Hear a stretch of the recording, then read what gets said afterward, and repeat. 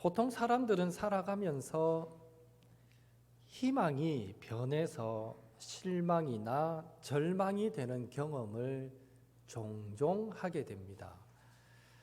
머리 검은 짐승은 거두는 게 아니야. 여러분도 어쩌면 사람에게 기대를 걸었다가 실망하거나 절망해 보셨던 경험이 있으실 것입니다. 건강 하나만큼은 자신 있어 하다가 어느 날 갑자기 찾아온 질병으로 내가 이렇게 약한 존재였나 하면서 자신에 대해서 실망 아닌 실망을 하신 적도 있을 것입니다. 물질에 기대를 걸어보고 좋은 직장에 기대를 걸어보고 또 좋은 학벌과 인맥에 내가 가진 풍부한 지식과 경험에 기대를 걸었다가 실패를 통해서 절망을 경험해 보신 적도 있으실 것입니다. 그리고 이 땅의 모든 부모는 자신의 자녀에게 기대를 걸었다가 실망을 경험해 보기도 하는 것입니다. 어쩌면 처음부터 기대하지 말아야 할 것들에 기대를 걸었기 때문에 우리는 자주 실망하게 되는 것은 아닌가 하는 생각을 해봅니다. 우리는 어떤 환경이 아니라 그 환경을 붙드시는 하나님께 기대해야 되고, 어떤 사람이 아니라 그 사람을 사용하시는 하나님께 기대를 해야 되는데, 하나님을 향한 기대가 아니라 사람이나 환경에 대한 기대가 더 커지기 때문에 그만큼 실망도 커지는 것은 아닌가라는 것이죠. 그런데 창세기 4장을 보면 오늘 아담과 하와도 우리와 비슷하게 기대와 희망이 변하여 절망이 되는 것을 경험하고 있습니다. 먼저 1절을 보면 희망의 외침부터 들립니다.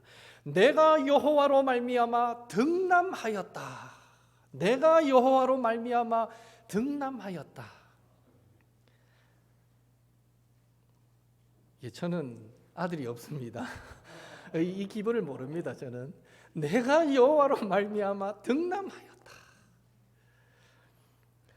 이 말은 하와가 아들 가인을 낳고 했던 말입니다. 이 말이 희망이라는 것을 우리는 하나님께서 뱀에게 하신 저주를 생각해 보면 알 수 있습니다. 창세기 3장에 보면 하나님은 아담과 하와가 범죄했을 때 아담에게는 땅이 아담 너로 말미암아 저주를 받았으니까 너는 평생에 수고하여야 땅의 소산을 먹게 될 것이다 라고 아담을 심판하셨고, 하와에게는 하와가 남편을 원하나 남편은 하와를 다스릴 것이고 하와에게 임신하는 고통을 크게 더하시는 심판을 하셨습니다. 그리고 뱀에게는 뱀이 여자의 후손과 원수가 되게 하는데 여자의 후손은 뱀의 머리를 상하게 할 것이고 뱀은 그의 발꿈치를 상하게 할 것이다 라고 하나님은 뱀에게 저주를 선언하셨습니다. 이런 하나님의 심판과 저주가 있은 후에 세월이 흘러 드디어 하와는 임신하여 첫 아들 가인을 낳게 되고, 아들을 낳고는 하나님께서 이전에 뱀에게 주셨던 그 저주를 기억하고는 이렇게 외쳤던 것입니다. 내가 여호와로 말미암아 등남하였다. 이 외침에는요, 드디어 하나님께서 말씀하신 대로 뱀의 머리를 깨뜨릴 아들을 우리에게 주셨다. 이런 의미가 되는 것입니다. 드디어 선악과를 따먹고 하나님께 불순종한 우리로 인해서 벌어진 이 죄의 문제들을 바로잡고 회복시킬 아들을 우리에게 주셨다. 이런 의미가 내가 여호와로 말미암아 등남하였다라는 말 속에 담겨 있습니다. 엄청난 기대와 희망이 담겨 있는 것입니다. 그러나 창세기 4장을 보면 아담과 하와가 가졌던 그 희망은 오래가지 못해서 산산조각 나고 절망으로 변해버립니다. 하나님은 아담에게 하와에게 가인뿐 아니라 아벨, 그의 동생 아벨도 허락해 주셨습니다.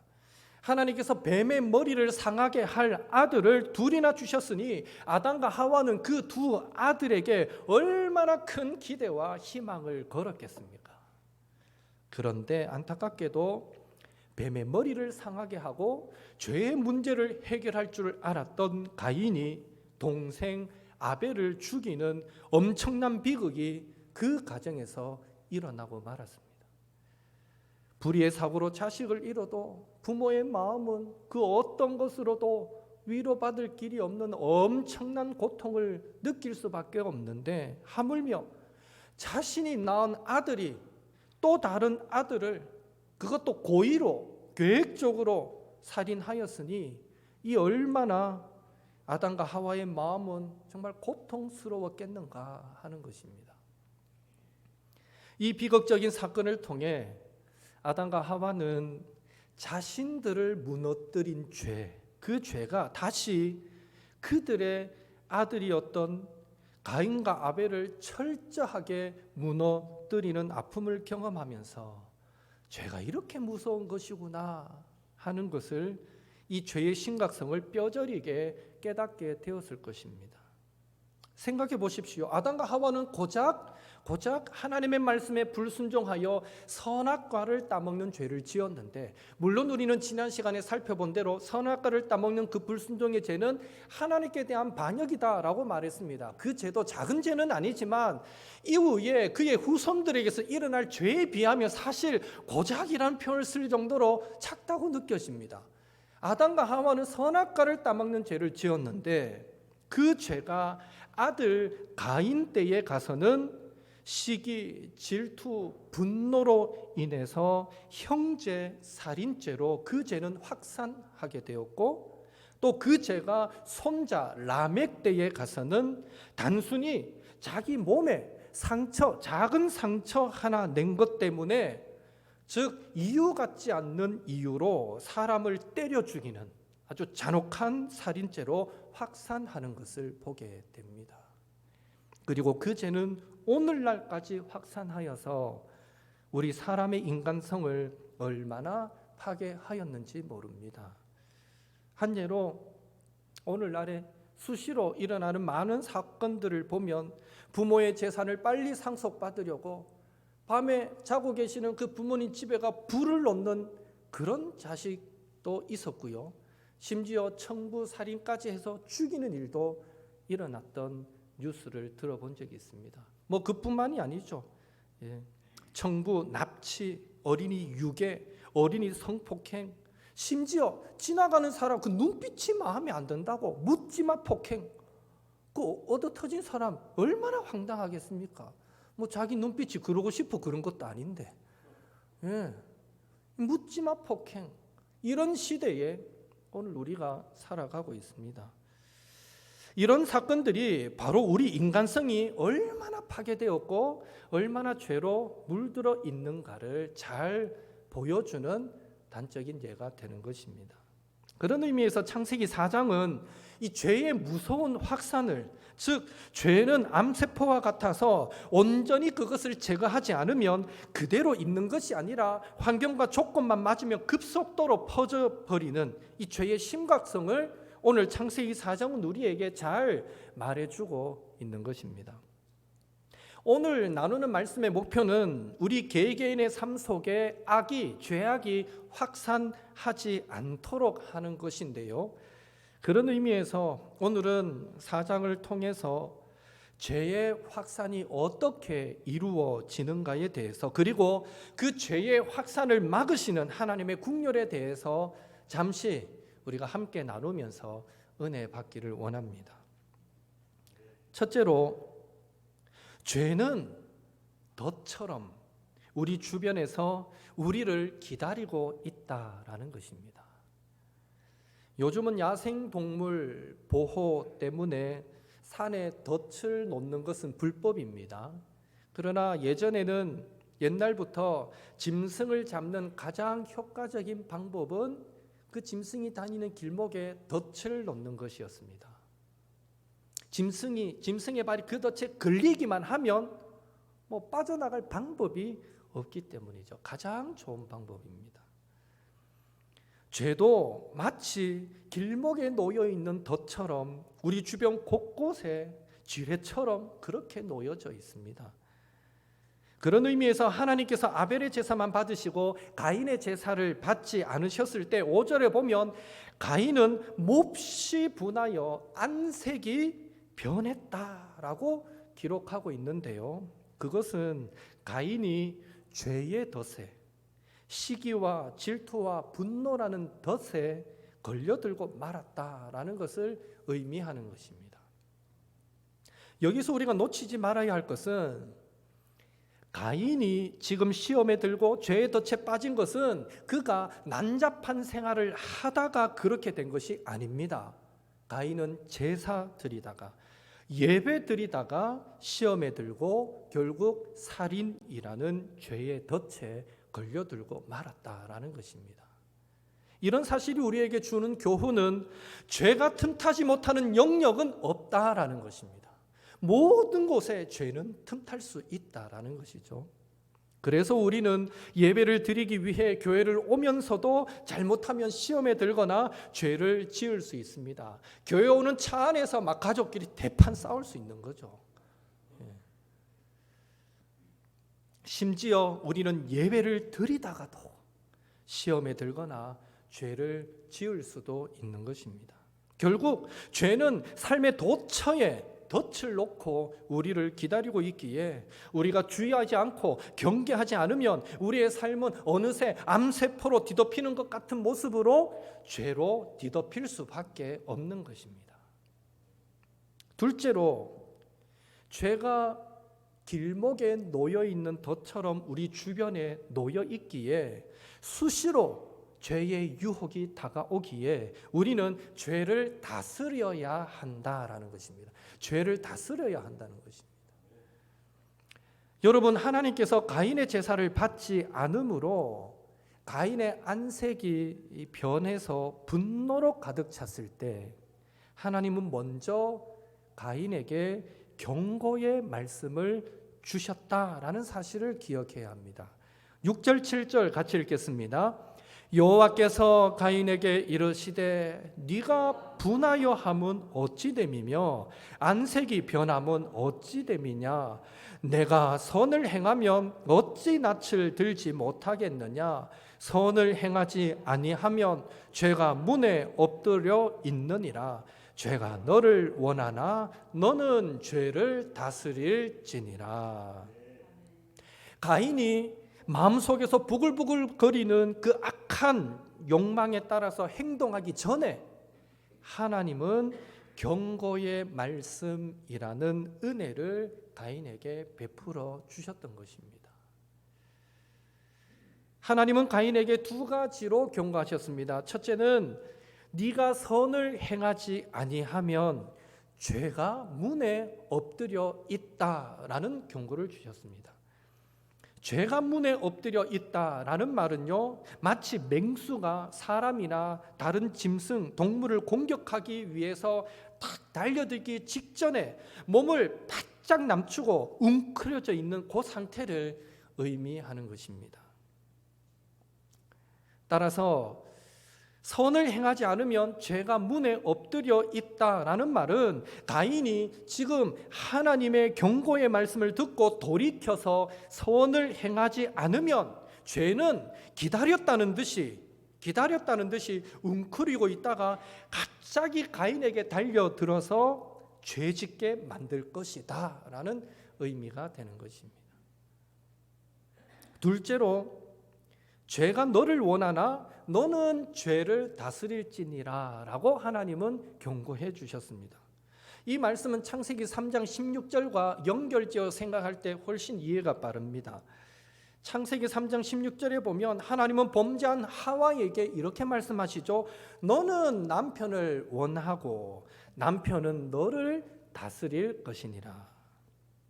이 말씀은 결혼 관계에서 남편과 아내 사이에 주도권을 행사하는 것과 관련하여 끊임없는 갈등이 있게 될 것이다 라는 것을 암시하는 내용입니다. 인간의 그 부패와 타락으로 그러한 변질이 나타나게 된 거죠. 인간이 타락하기 전에 하나님은 남편에게 가장의 역할을 부여하셨고 남편과 아내가 서로 돕고 보완하는 아름다운 관계를 이루게 하셨습니다. 하지만 죄로 말미암아 그 질서는 뒤틀려지고 깨어지게 된 것입니다.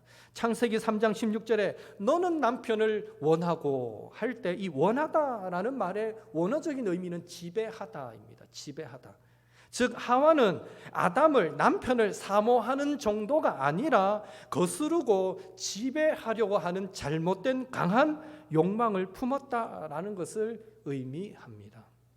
따라서 이 비슷한 형식으로 기록된 오늘 본문 창세기 4장 7절에 죄가 너를 원하나 나의 의미도 죄가 너를 지배하기를 간절하게 원한다, 이런 의미가 되는 겁니다. 즉 남녀가 한 몸을 이루듯이 죄는 너와 짝을 이루기를 원하고 죄는 너와 하나가 되어서 너를 마음대로 지배하기를 간절히 원한다, 이런 의미가 죄가 너를 원한다라는 말 속에 담겨 있는 것입니다. 따라서 너는 죄를 다스릴지니라 라는 말씀은 죄가 너를 지배하려는 것을 극복하라, 죄의 동반자가 되지 말고 그리스도와 연합하여 죄를 다스리는 자가 되라, 이런 의미가 담겨 있는 것이죠. 우리가 죄와 짝하지 않는 방법, 죄와 한 몸을 이루지 않는 방법은 무엇일까요? 먼저 우리는 말씀을 붙잡아야 합니다. 매년 그러했지만 올 한 해에도 우리는 하나님의 말씀 성경을 할 수만 있으면 일독하는 그런 한 해가 되기를 원합니다. 말씀이 육신이 되신 분이 예수님이시기에 말씀을 붙잡는 것, 그것은 곧 죄와 짝하지 않고 예수님과 하나 되는 것, 예수님과 연합하는 방법임을 믿으시기 바랍니다. 또한 우리는 예배에 승리해야 합니다. 송구 영신 예배 때 여러분이 감사헌금 봉투에 적었던 많은 기도 제목 중에 이런 내용이 있었습니다. 나는 주님이 매일매일 필요합니다. 끝없이 회개하며 용서받는 죄인의 자리에 서게 해 주세요. 하나님의 은혜와 도움 없이는 아무것도 할 수 없다고 고백하는 일상의 삶이 되게 하옵소서. 참으로 우리는 연약하기에 하나님의 은혜가 절대적으로 필요함을 깨닫고 날마다 예배자로 하나님 앞에 나아가게 될 때 죄악이, 죄질, 생각이 우리의 심령에 깃들지 못하게 될 줄로 믿습니다. 다시 말해서 우리가 사람을 만나도 실족하지 않고 사랑으로 그들을 섬길 수 있는 힘이 예배에서 나오는 것입니다. 우리가 어떤 일을 해도 선으로 악을 이길 수 있는 힘이 예배에서 나온다는 것입니다. 그래서 우리는 예배에 승리해야만 하는 것입니다. 그런 의미에서 가인은요, 예배에 실패한 사람입니다. 여러분, 하나님이 왜 아벨의 제사는 받으셨는데 가인의 제사는 받지 않으셨을까요? 어떤 사람은 아벨의 제사는 양을 잡은 피의 제사였고 가인의 제사는 농사를 지어 곡식으로 드린 그런 제사였기에 하나님은 피 없는 제사는 받지 않으시고 피의 제사만 받으셨다라고 해석하기도 합니다. 그러나 요즘에 와서는 이런 성경적 해석은 지지받지 못합니다. 왜냐하면 레위기 2장에 보면 하나님이 정하신 제사 방법에는 곡식을 갈아서 소제로 드리는 소제가 있고, 실제로 신명기 26장을 보면 이스라엘 백성들은 토지 소산으로서 하나님의 제단 앞에 드리는 제사가 이루어졌기 때문입니다. 지금 피가 있고 없고의 문제가 아니라는 것입니다. 하나님께서 아벨의 제사만 받으시고 가인의 제사를 받지 않으신 더 정확한 이유는 다른 곳에 나옵니다. 히브리서 11장 4절 함께 읽겠습니다. 믿음으로 아벨은 가인보다 더 나은 제사를 하나님께 드림으로 의로운 자라 하시는 증거를 얻었으니 하나님이 그 예물에 대하여 증언하심이라. 그가 죽었으나 그 믿음으로써 지금도 말하느니라. 아벨은 믿음의 제사를 드렸기에 하나님께서 받으셨고요. 그런 의미에서 가인은 믿음의 제사를 드리지 못했기 때문에 하나님이 그 제사를 연락하지 않으신 것입니다. 요한 1서 3장 12절도 같이 읽습니다. 가인같이 하지 말라. 그는 악한 자에게 속하여 그 아우를 죽였으니 어떤 이유로 죽였느냐? 자기의 행위는 악하고 그의 아우의 행위는 의로움이라. 하나님께서 가인의 제물을 거절하신 또 다른 이유는 가인의 악한 행위 때문이었습니다. 평소에 그의 악한 생활 때문이었다라는 것입니다. 다시 말해 가인은 그의 삶이 하나님 앞에 예배가 되지 못했다는 것입니다. 그래서 하나님은 본문 4절 5절에 보면 아벨과 그의 제물은 받으셨으나 가인과 그의 제물은 받지 않으셨다라고 말씀하고 계시는 것입니다. 즉 하나님은 예물만 받으시는 분이 아니라는 거예요. 하나님은 예물과 함께 사람을 예배하는 그 사람을 받으시는 분이십니다. 따라서 7절 첫 문장에 보면 하나님은 네가 선을 행하면 어찌 낯을 들지 못하겠느냐라고 말씀하시므로 가인의 삶으로 예배하지 못했다. 가인이 삶으로 예배하지 못했다는 것을, 그의 삶이 선하지 않았다는 것을 지적하셨습니다. 그리고 은혜의 하나님은 그 죄를 지적함과 동시에 너는 죄를 다스릴지니라 경고의 말씀까지 주셔서 가인에게 돌이킬 수 있는 기회도 허락해 주셨던 것입니다. 그러나 결국 가인은 하나님께서 회개할 기회를 주셨음에도 불구하고 선을 행하지 않으면서 믿음으로 예배하지 않으면서 하나님 앞에 예물만 드렸던 자신의 잘못을 뉘우치기보다는 죄의 덫에 걸려서 죄의 욕망에 사로잡혀서 그의 동생 아벨을 죽이는 자리까지 나아가고 말았던 것입니다. 오늘 우리가 드리는 예배도 마찬가지입니다. 하나님은 우리가 이곳에 나와 1시간 순서에 맞게 드리는 형식을 예물과 함께 받으시는 것이 아니라 우리가 한 주간 하나님 앞에서 살았던 그 삶을 예물과 함께 받으시는 줄로 믿습니다. 그런 의미에서 우리가 주일 이 예배를 시작으로 삶 속에서 날마다 하나님 앞에 나아가 예배자로서 믿음으로 선을 행하며 살아가고 또 그런 삶의 예배의 열매를 가지고 주일날 하나님 앞에 나와 예배하게 될 때 우리는 죄를 다스릴 수 있는 힘을 얻게 되는 것입니다. 그런 의미에서 이 한 해는 저와 여러분이 죄와 짝하여 살아가지 않고 말씀에 붙들리고 또 예배에 승리하여서 예수님과 하나됨으로 연합함으로 죄를 다스리는 성도, 조금만 틈을 주면 암세포가 퍼지듯 퍼져가는 그 죄의 확산을 막고 경계하며 살아가는 성도, 또한 자신과 자신의 삶의 열매로 하나님을 아름답게 예배하며 살아가는 우리 옥토의 모든 성도님들이 되시기를 예수님의 이름으로 축원합니다. 마지막으로 죄의 확산은 오직 하나님의 긍휼과 약속으로만 방지된다, 막을 수 있다라는 것입니다. 아담과 하와는 뱀의 머리를 상하게 할 것이고 자신들의 죄의 문제를 해결해 줄 것이다 라고 믿었던 장자 가인이 동생 아벨을 죽이자 죄악이 승리했다라고 여겼을 것입니다. 그러나 하나님은 그 절망의 순간에 긍휼을 베푸셔서 아담과 하와에게 죄의 확산을 막을 수 있는 진정한 소망을 허락해 주시게 됩니다. 25절 말씀 같이 읽습니다.